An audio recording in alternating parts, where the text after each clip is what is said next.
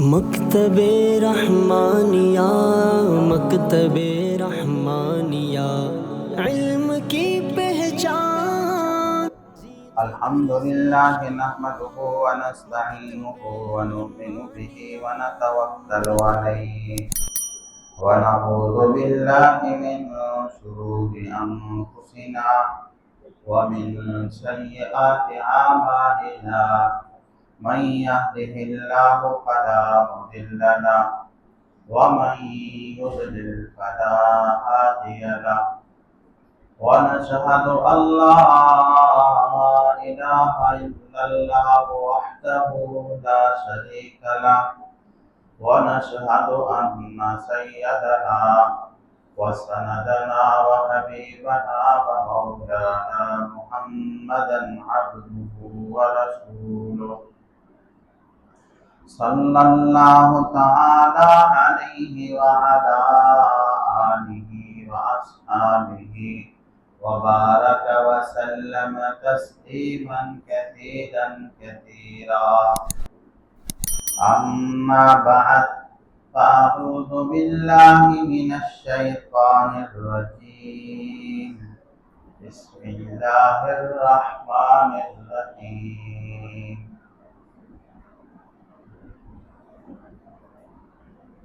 والعصر إن الإنسان لفي خسر. وقال رسول الله صلى الله عليه وسلم: أحب الأعمال إلى الله أدومها وإن قل، أو كما قال عليه الصلاة والسلام. صدق الله مولانا العظيم، وصدق رسوله النبي الكريم، ونحن على ذلك لمن الشاهدين والشاكرين، والحمد لله رب العالمين.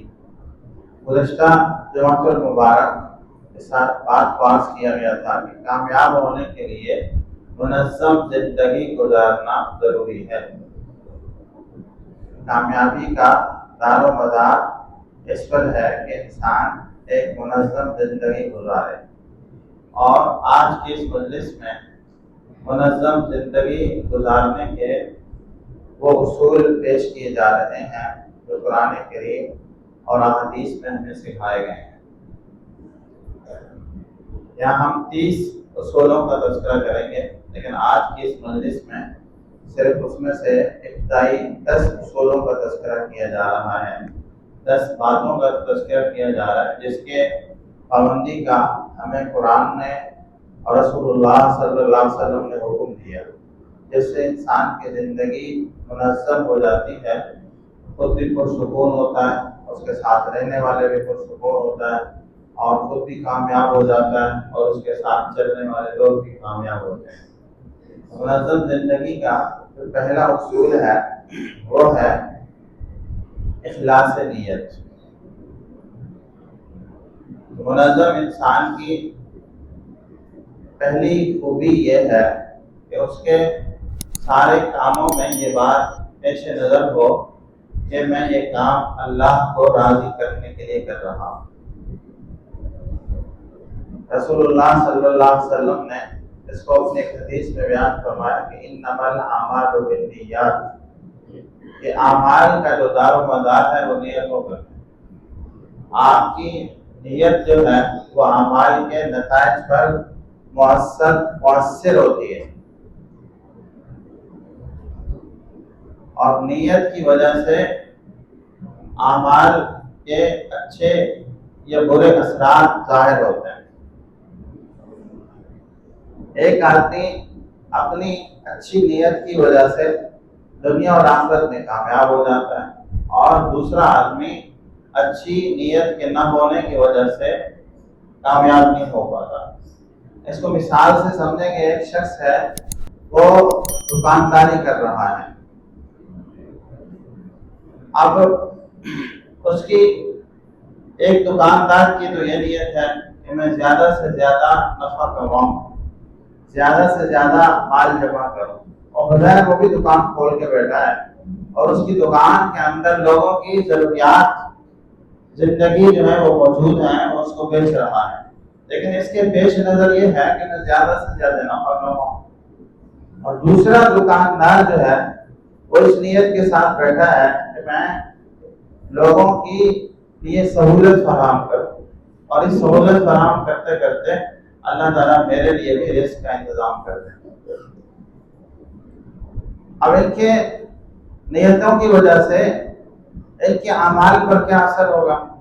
اب پہلا دکاندار جب زیادہ نفع کمانا چاہتا ہے، لہذا وہ اپنے دکان کے اندر اس چیز کو رکھے گا، اس چیز کو بیچے گا جس میں اس کو پرافٹ زیادہ ہوگا۔ لہذا اب اگر 2 نمبر چیز سے اس کو پرافٹ زیادہ مل رہا ہے، جیسا کہ لوکل کمپنیاں زیادہ مارجن دیتی، خواہ اس سے کسی کی صحت خراب ہو رہی ہو، خواہ وہ ملاوٹ شدہ چیز ہو، لیکن چونکہ اس کا نفع زیادہ ہے لہذا یہ گاہک کو قائل کرے گا بھائی یہ والی چیز ہے۔ لیکن دوسری طرف جس کے پیش نظر لوگوں کو سہولت فراہم کرنا ہے تو وہ کوالٹی پر کمپرومائز نہیں کرے گا، اور اگر وہ ہر کوالٹی کو رکھے گا تو سچائی کے ساتھ بتائے گا کہ بھائی دیکھیں یہ جو چیز ہے یہ برانڈڈ ہے اور یہ ٹیسٹ شدہ ہے، کنفرم ہے، لیکن یہ لوکل ہے، اب آپ دیکھ لیں آپ نے کون سی لی، تو دونوں کے رویوں میں فرق آئے گا، اور اسی وجہ سے دوسرے شخص کا جو عمل ہے یہ دکانداری بھی عبادت بن جائے گی، اور اس کا دکانداری کا جو سلسلہ ہے وہ ایک نظام کا پابند ہوگا۔ جب وہ کسی چیز کو خریدے گا تو بھی پابند ہوگا کہ بھی میں نے کسی کے لیے نقصان دہ چیز جو ہے اپنی دکان میں نہیں رکھی۔ جب بیچے گا تو چونکہ وہ اللہ کو خوش کرنے کے لیے کر رہا ہے لہذا وہ دھوکہ دہی سے بچے گا، جھوٹ سے بچے گا۔ تو منظم زندگی کا جو پہلا اصول ہے وہ ہے کہ سارے کام اللہ کو راضی کرنے کے لیے ہوں۔ جو دوسرا اصول ہے منظم زندگی کا وہ ہے اپنے وقت کی حفاظت۔ آج اگر کسی سے پوچھا جائے کہ قیمتی ترین چیز کیا ہے تو کوئی آپ کو کہے گا سونا قیمتی ہے، کوئی کہے گا ڈالر قیمتی ہے، کوئی کہے گا ہیرا قیمتی ہے۔ حالانکہ حقیقت یہ ہے کہ انسان کی زندگی میں سب سے قیمتی ترین چیز جو ہے وہ اس کا وقت ہے، اس لیے کہ جب ایک وقت نکل جائے تو پوری دنیا کی دولت خرچ کر کے آپ اس وقت کو حاصل نہیں کر سکتے۔ اب منظم لوگوں کے ہاں وقت کی بڑی قدر و قیمت ہوتی ہے، وہ ناپ توڑ کے استعمال کر رہے ہوتے ہیں، اور وہ کوشش کرتے ہیں کہ ہمارا جو وقت ہے وہ نفع بخش ہو جائے، اس تھوڑے وقت کے اندر ہم زیادہ فائدہ حاصل کریں، اپنے لیے بھی، بچوں کے لیے بھی، دوسرے لوگوں کے لیے بھی۔ لیکن جن لوگوں کی زندگی غیر منظم ہوتی ہے ان کے ہاں آپ دیکھیں گے سب سے سستی ترین جو چیز ہے وہ وقت ہوگی۔ کہاں بیٹھنا ہے، کس کے ساتھ بیٹھنا ہے، کتنی دیر بیٹھنا ہے، ان کے ہاں کوئی اس کا نظام نہیں۔ آپ ان کو 10 منٹ روک لو تو 10 منٹ بھی رک جائے، آپ ان کو آدھا گھنٹہ روک لو تو آدھا گھنٹہ بھی رک جائے۔ نتیجہ یہی ہوتا ہے کہ اختتامی مجلس ان سے ہوتا ہے، سب اٹھ جائیں گے، یہ صاحب بیٹھے ہوتے ہیں، موبائل استعمال کریں گے تو آدھا گھنٹہ، اس لیے کہ ان کو وقت کی قدر و قیمت کا اندازہ ہی نہیں، لہذا اس شخص کی زندگی جو ہوگی وہ غیر منظم ہوگی۔ منظم زندگی کے لیے وقت کی قدر و قیمت کا ہونا اور وقت کو مینیج کرنا، وقت کو صحیح استعمال کرنا ضروری ہے۔ اور منظم زندگی کا جو تیسرا اصول ہے کہ جو لوگ منظم رہتے ہیں اور رہنا چاہتے ہیں وہ اس منظم ہونے کی مشق کرتے ہیں، وہ اپنی زندگی میں ایسے کام داخل کرتے ہیں کہ جس سے روز ان کے اس منظم ہونے کی مشق ہوتی رہے۔ اور اسلام نے ہماری جو منظم ہونے کی مشق کروائی ہے وہ دیکھ میں 5 وقت کی نماز کو جماعت کے ساتھ ایک وقت مقرر پر فرض کر کے کروائی۔ صبح کا اپنا وقت ہے، دوپہر کا اپنا ہے، اور پھر ہر محلے کی مسجد کا اپنا وقت ہے۔ اور جو منظم لوگ ہوتے ہیں ان کے لیے جماعت کے ساتھ نماز پڑھنا یہ روزانہ کی ان کی پریکٹس ہوتی ہے. جو نماز وقت پہ پہنچ سکتا ہے، اللہ کا حق وقت پہ پورا کر سکتا ہے، تو لوگوں کے حقوق بھی وقت پہ پورا کرے گا. اس کے لیے آفس وقت پہ پہنچنا کوئی مسئلہ نہیں. ہمارے استاد تھے، وہ اللہ تبارک و تعالیٰ جو ہے ان کو صحت اور عافیت دے، ویسے اسکول میں وہ ایک ڈرائنگ ٹیچر تھے، لیکن دوسری طرف ہمارے محلے کی مسجد کی امامت کرواتے تھے. اب ظاہر بات ہے جو امام ہوگا وقت کا پابند ہوگا. اچھا، فجر کے بعد کوئی امامت نہیں کروانا اور بچوں کو قرآن پڑھاتے تھے. جیسے ہمارے یہاں مکتب دوپہر کے بعد ہوتا ہے، گاؤں میں عام طور پر مکتب فجر کی نماز کے بعد ہوتی ہے. میں نے ان کے مکتب کا وہ وقت بھی دیکھا جب 80-90 بچے جو ہے وہ ان کے پاس ہوتے تھے اور فجر کے بعد ان کو سبق دیتے تھے. اور اسکول پہنچنا، اور اسکول کے لیے کوئی 10 سے 12 کلومیٹر کا فاصلہ انہوں نے موٹر سائیکل پہ طے کرنا ہوتا تھا. اور حیرت ہوتی تھی کہ وہ فجر کے بعد سارے کام مینج کر رہے ہوتے تھے، ناشتہ بھی وہی کر رہے ہوتے تھے اور بچوں کو سبق بھی دے رہے ہوتے تھے، اور ان کے بچوں کو انہوں نے سمجھایا والا بیٹوں کو وہ موٹر سائیکل کو صاف ستھرا کر کے مسجد کے دروازے پر پہنچا دیتے اور یہ یہاں سے فوراً نکلتے اور جا کے وہاں اسکول وقت پر پہنچتے اور اسکول میں اضافی کاموں میں تعاون کرتے تھے، جس کی وجہ سے اسکول میں ان کی خاصی. اب یہ ہے منظم زندگی کا فائدہ، منظم زندگی کی مشق. اور جو چوتھی چیز ہے منظم زندگی کا چوتھا اصول ہے وہ ہے استقامت. استقامت کا کیا مطلب ہوتا ہے؟ رسول اللہ صلی اللہ علیہ وسلم کو اللہ تعالیٰ نے حکم دیا کہ فاستقم کما امرت، کہ آپ اسی راستے پر کاربند رہیے جس کا آپ کو حکم دیا گیا. رسول اللہ صلی اللہ علیہ وسلم نے ارشاد فرمایا کہ بھائی اللہ کو محبوب عمل وہ ہے جو تسلسل کے ساتھ کیا جائے، چاہے تھوڑا ہی کیوں نہ ہو.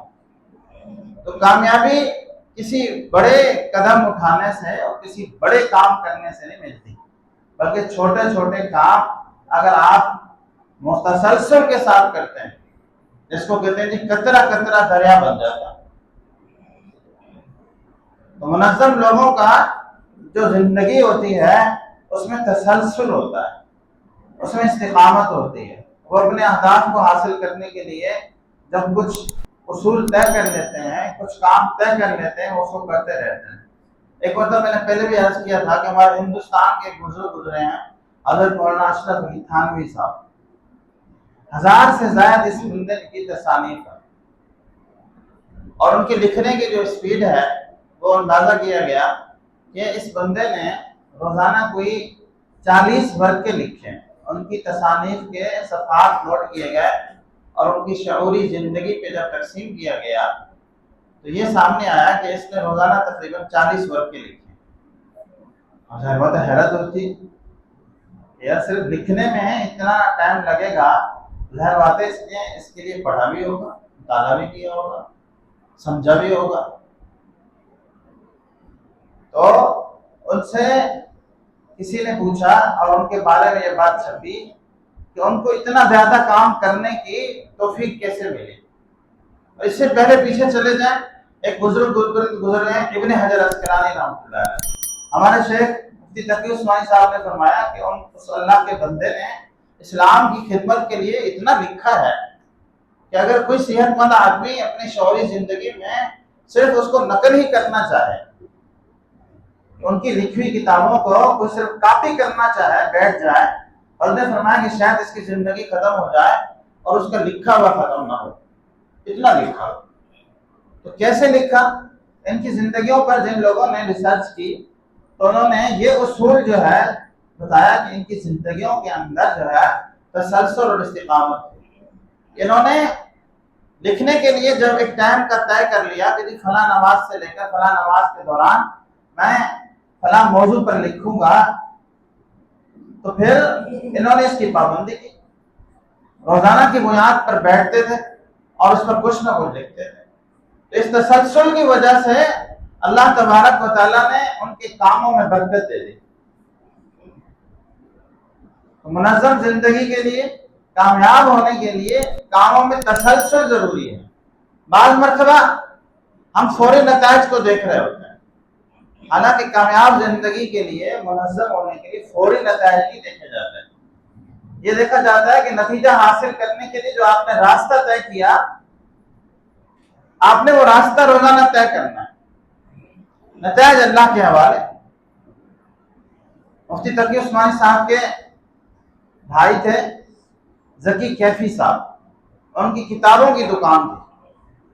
آپ روزانہ دکان کھولتے تھے، دکان پہ جاتے تھے۔